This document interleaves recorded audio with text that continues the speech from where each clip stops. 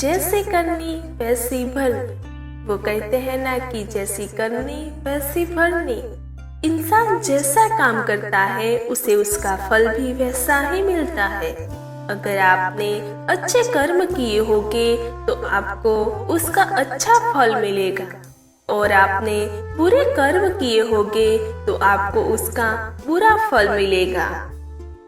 अगर किसी के साथ कुछ बुरा होता है तो लोग कहते हैं कि उसने पिछले जन्म में जरूर कुछ बुरा किया होगा, इसलिए ही उसके साथ ऐसा बुरा हुआ। और अगर किसी के साथ कुछ अच्छा होता है तो लोग कहते हैं कि इसने पिछले जन्म में जरूर कुछ अच्छे काम किए होंगे, इसीलिए ही इसके साथ आज ये अच्छा हुआ। देखा जाए तो आज के जमाने में इंसान को अपने ही इस जन्म का हिसाब इसी जन्म में चुकाना पड़ता है, क्योंकि पहले भगवान नोटबुक पेन लेकर के हिसाब करते थे, इसीलिए इन्हें हिसाब करने में देर लगती थी।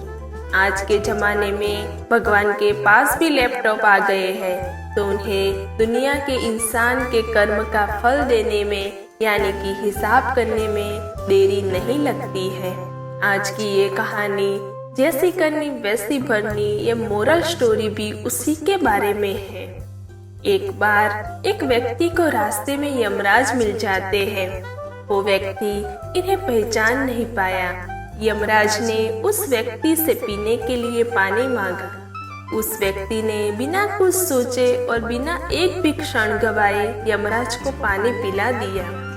पानी पीने के बाद यमराज ने उस व्यक्ति को बता दिया कि वो उसके प्राण लेने के लिए आए हैं, किंतु उस व्यक्ति ने यमराज की प्यास बुझाई है, इसीलिए वो उन्हें अपनी किस्मत बदलने का एक मौका देते हैं। इतना बोलने के बाद यमराज ने उस व्यक्ति के हाथ में एक डायरी दे दी और उस व्यक्ति से कहा कि तुम्हारे पास 10 मिनट का समय है।